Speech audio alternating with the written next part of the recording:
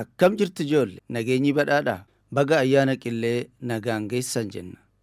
Kun qophii sirna gadaati.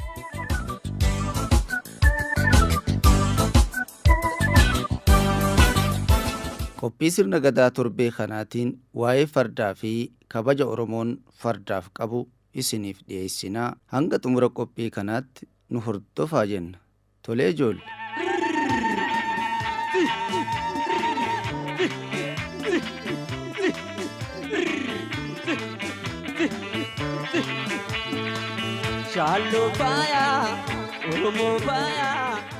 Ijoollee farda ni beektuu miti? Fardi tajaajila akkamiiti namaaf kenna? Qooda fardi sirna gadaa keessatti qabu hoo beektuu? Sirna gadaa keessatti ijoolleen leenjii fardaan gulufuu sadarkaa kamitti fudhatu beektuu? Kanaa fi kan kana fakkaatan qophii kana keessatti argattu. Chaanaalii OBN Gaammeetiin qophii sirna gadaa dhageeffadhaa daawwadhaa jenna.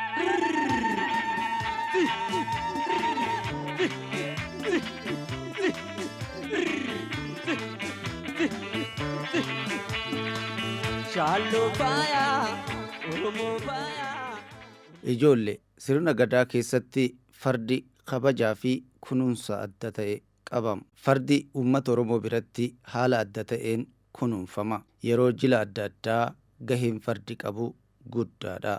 Kanarraa kan ka'e fardi Oromoo biratti seera ilmi namaa qabu qaba. Farda ni kunuunsan malee hin dhaananii yookaanis hin dararanii. Farda ni jaalatu malee hin jibbanii. Fardi waqtii birraa bonaa fi afraasas tajaajila garmaamuu gulufuu fi jilaa fi cidha ittiin bareechuutiif oola. Fardaaf qulqullinni qaamaatis ni eegamaa fi bakki bultii isaatis ni eegamaa fi nyaata isaa gahaa ta'etu kennamaa fi nyaanni fardi nyaatu midhaan keessaa garbuu, kanarraa kan hafe ammoo marga.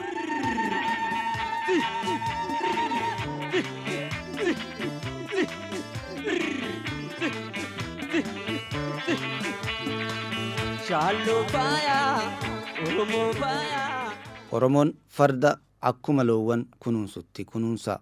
Farda lafa margaa kophatti dallayanii fi akka dheedee gabbatu godhu. Fardi osoo leenjii hin gahin hin yaabbatani. Yoo lammacha gahe leenjii eegalsiisu. Yoo arfacha gahe ittiin garmaamu. Gombisa fardaa ittiin taphatu. Yoo moggicha gahu ammoo jila hunda ittiin hirmaatu. Ijoollee osomaa jennu jechoonni lammachaa, sadachaa, arfachaa jedhaman maalirraa akka moggaafaman ni beektu miti? Tole warri naannoo fardi itti horsiifamu hin jirre ammoo beekuu dhabuu dandeettu. Sadarkaa guddinaa keessatti ilkaan fardi cabsee magarsu yookaanis ilkaan cabsee inni magarsu lammacha, sadachaa, moggicha jechaa deema jechuudha.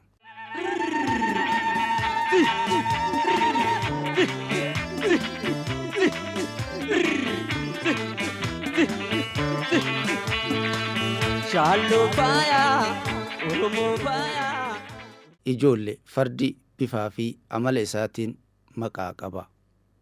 Fakkeenyaaf yoo diimaa bareeda ta'e bulloo, daalacha yoo ta'e daalee, gurraacha yoo ta'e shaanqoo yookaanis gurraa, magaala yoo ta'e magaal, doobbaa, akkasumas jiddugala daalachaa fi dheeraa yoo ta'e odolcha, bifti isaa doobbaa yoo ta'e doobbaa, saaqaa yoo ta'e yookaanis gaarree yoo qabaate saaqaa, gaarree. Farda amalli isaa baay'ee gaarii ta'e ammoo collee. Fardi fe'iinsa qofaaf tajaajilu ammoo maxaana. Fardi adiin ammoo shaashoo. Fardi daaman daamaa. Fardi booraan boora jedhama.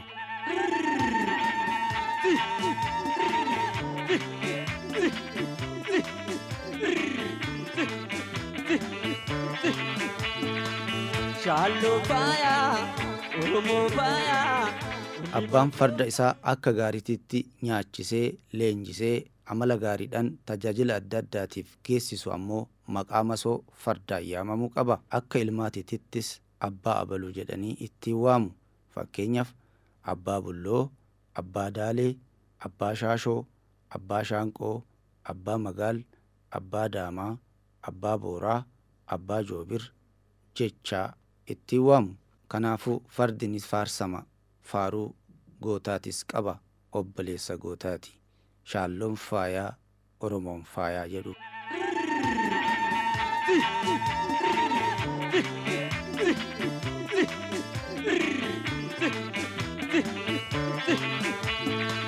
Shaalloon faayaa oromoo faayaa.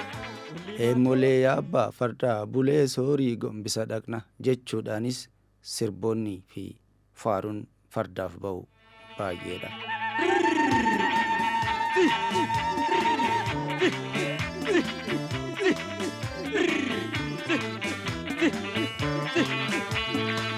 Shaalloon faayaa oromoo faayaa.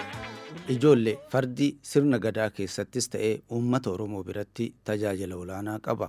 Yoo tasa namni farda dha'ee ajjeese yookaanis namni harki bade gumaa baasa yookaanis gumaan farda sanaa koree shanan gadaatiin dubbatameet kaffalama. Fardi jila baay'ee irratti ni hirmaata. Duula dhaqees goota wajjiin dirree duulaa hirmaatee fardaan lolani.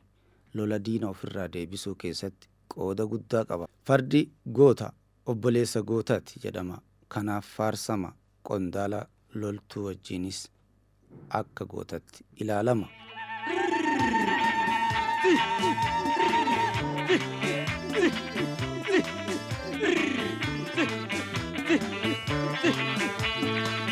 Shaalloon faayaa oromoo faayaa.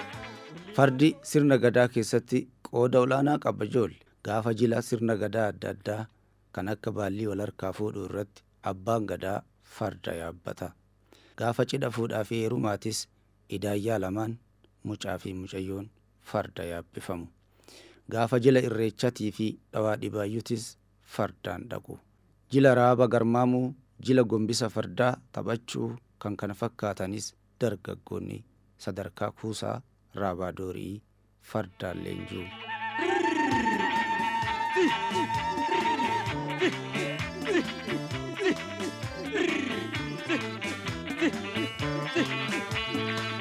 Shaalloon faayaa oromoo faayaa. Waa'ee kunuunsa fardaatii fi haala amala fardaa ilaalchisee waan manguddoo jiraataa magaalaa Sulultaa obbo Ambassee Imaamuu himan kana dhageeffadhaa. Walitti deebinaa tolee dhageeffadhaa. Ijoollee nagaa jirtu akkam?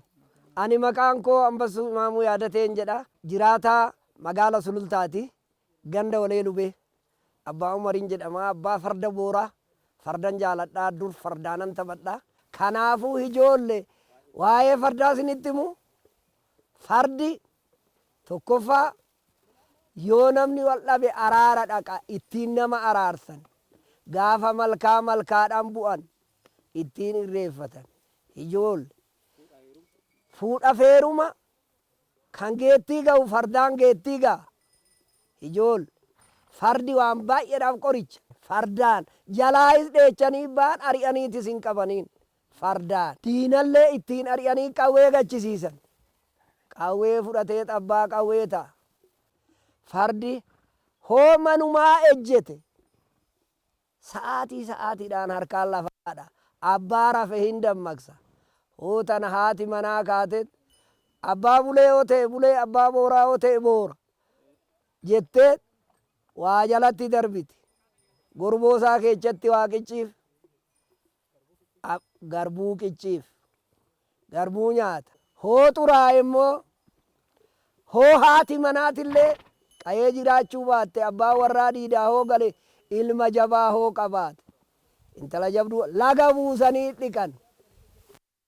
Dhiqanii miidhagsan. Hoo kan abbaanuu farda ofii laga koorarraa hiikee dhiqee miidhagsee eegee yoo gonoggonee gombisaan oole eegee hiikee fi qulqulleessee miidhagsee fardaaf qotiyyoo ilma hangafa horasiisa. Dura qotiyyoo ittiin qotatu hoo kenneef inni jabaatee qotuu guunnan farda bitaaf niitii kadhataaf ittiin fuudha. Ijoollee ittiin fuutanii farda sirriitti warra keechaniifis ofii keechaniifis fardi waa baay'ee qaba. Fardi baree obboleecha gootati. Fardi asii wacaaletti gala, salaaletti gala, gumbichutti gala yaabbatanii makiinan tabbabaati hin baatu, motorri tabbabaa hin baatu, meedaa keessa bichaa kaata. Humna namaati fardi. Fardi waan guddaa qaba. Dur gizee wanni hundi mijatin fardaan duulanii fardaan waan hunda xalaata ofirraa kuffisanii mirga fudhatanii galan. Abbaa daaleetitu mirgaan gale, abbaa odolchaatiin mirgaan gale, abbaa gurraachatiin mirgaan gale jedhan.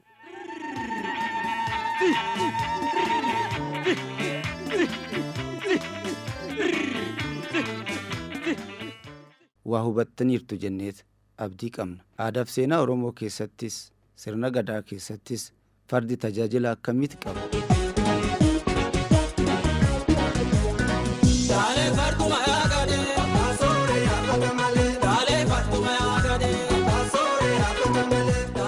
Gaanga irraan gadee yaabbatu farda jalaa olee yaabbatu fardi goota baatee diina biraan nama gaha. Fardi biraan nama gaha malee hin waraanu.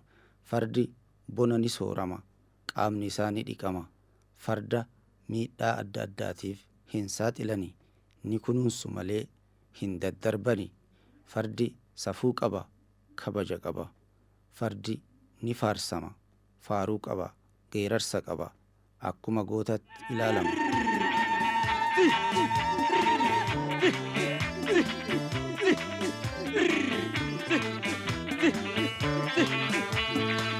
Shallo faya, Oromo faya, ulima kota burako nama kaya meaka.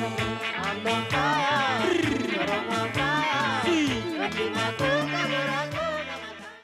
Egaa kaa ijoollee qophii sirna gadaa torbee kanaa waa'ee fardaa fi kunuunsa fardaa irratti xiyyeeffatu kan torbee kanaa kanumaan xumurra.